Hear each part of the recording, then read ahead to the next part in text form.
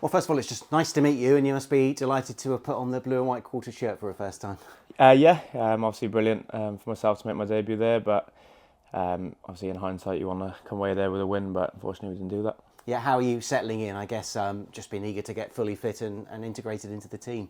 Yeah, obviously I had a injury at the back end of last season, which ran over into the off season. So coming here was always going to be a stop-start at the start. Frustrating for myself, but obviously over the couple of weeks try and build up fitness and keep getting minutes where I can. Yep, Stockport, a team on the up. In the summer you left the club. What made you decide that Bristol Rovers was the right step for you in the next stage of your career?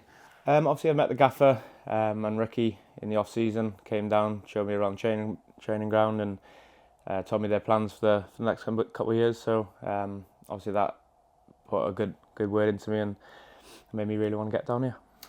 You have had injuries, and there's a really fascinating series on BBC Sounds I was enjoying this morning. It's a cliche to say career-threatening sometimes, but was it a career-threatening injury that you had? Yeah, obviously the documentary shows a lot of ups and downs through that journey, but yeah, getting told this 1 in 10 year injury was a bit of a blow, but I've learned a lot coming from that, and hopefully that's in the past now and move forward. Obviously, we urge people to listen to the documentary. But what was the injury, and how hard was the rehab?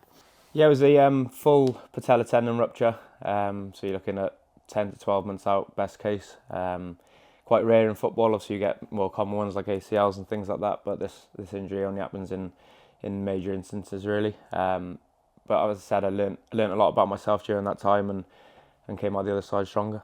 And importantly, now are you fully fit and over it? Are you confident that you've used all your bad luck and you can be fully fit now for the season? Yeah, touch wood, that's me done. I continue to work on myself and can continue to graft in the background and try and stay as fit as I can. And hopefully my days of injuries are done, but you can never know what's around the corner. But I'll do everything I can to sort of stay fit and stay ready and available.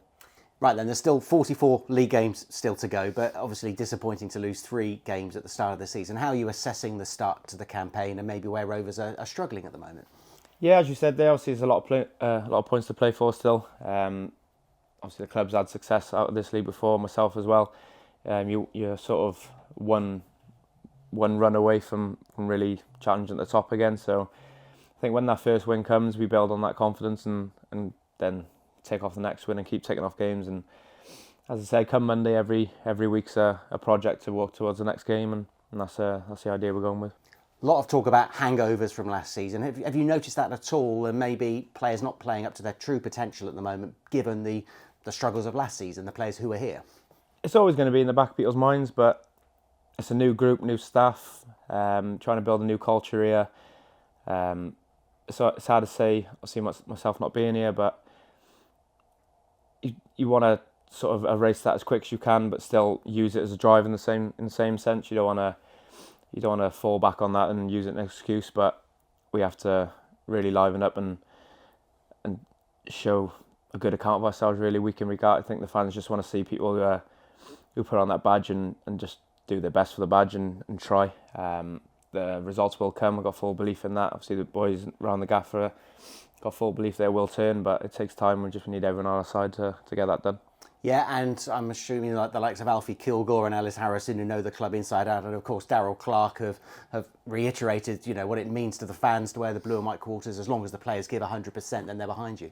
Yeah, exactly that, and I think that's the bare minimum. As a professional, you give 100% and give the fans give the fans something to get behind. Really, it's obviously not nice getting the reception now and again, but it's sometimes deserved, and it's on us as players and as a club to give the fans something to get behind and really rally, because we know when they do that, I've heard stories of when they do that, it's a tough place to come and visit. So that's the main priority for us, is give them something to get behind, and when they are that 12th man, I'm sure they'll be brilliant.